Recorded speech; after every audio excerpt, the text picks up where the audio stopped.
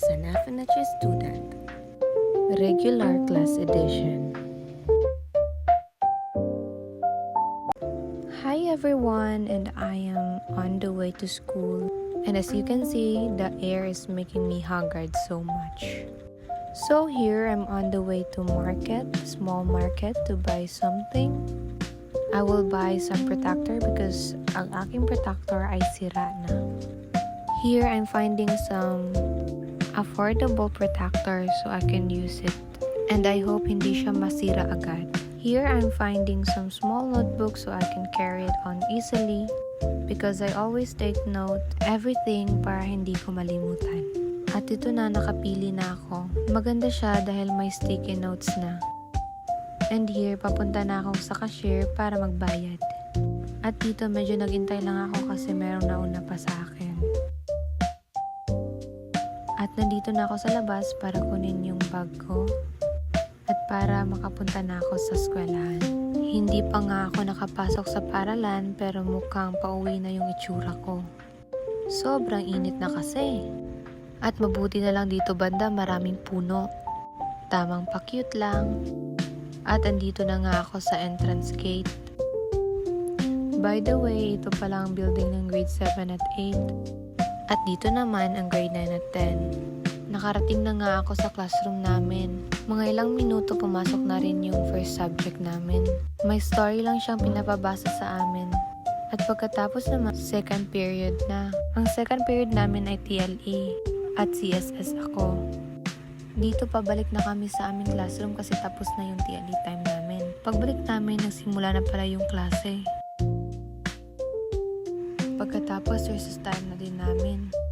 Kasama ko mga kaklase ko. Ngayon lang ako sumasama sa mga klase ko kapag magre-recess. Kasi sa mga friend ko talaga ako sumasama. Mga friend ko ay taga-ibang section. At dito, kinantahan namin ng isang kaklase namin kahit hindi naman niya birthday. Happy birthday to you. Tamang kulitan lang sa mga kaklase. Ito talaga yung pinaka-best part. Recess time. Dito pamunta kami sa isang kantin. Tatlo kasi yung kantin namin at mas bet namin yung pangatlong kantin. Sorry, may favoritism kami. 1 second to the last period na namin ito. Hindi ko na nabidyohan yung kanina kasi na-busy talaga ang A above ninyo.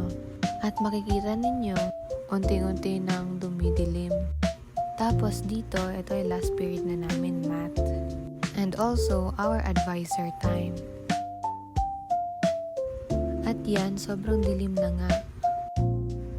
Nandito naman tayo sa part na gumagawa ng solution pero mali naman. Yan yung friend ko, nagpapa-tutor sa crush niya. Dito, pinicturan na lang namin yung mga assignment na gagawin sa math. Sobrang excited ko na talaga umuwi, hindi lang halata. At dito, palabas na nga kami ng mga kaibigan ko dahil nag-aaya sila na mag-milk tea daw kami. So ako naman, for the go. Ito pala yung mga friend ko. At nandito na nga kami. Actually, first time ko lang dito, inaya lang kasi ako ng mga friend ko. At isa-isa na nga kaming namimili. May milk tea sila dito at may iced coffee din. And I choose caramel macchiato. At umupo na nga kami para maghintay. At habang naghihintay na bored ako, at meron akong mga batang nakita na naglalaro. Kaya tinawag ko sila at nakijoin sa kanila. Ito na pala yung caramel macchiato ko. Nangangamba na yung isa kong friend kasi wala na daw siyang masakyan. Kami na lang dalawa ng isa kong friend kasi yung tatlo ay nakasakay na. At ito, nakasakay na nga rin kami.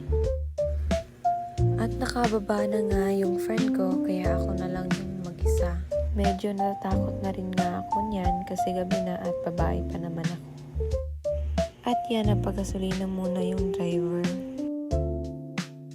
At ayun, safe naman ako nakauwi sa bahay. At yun lang. Thank you for watching.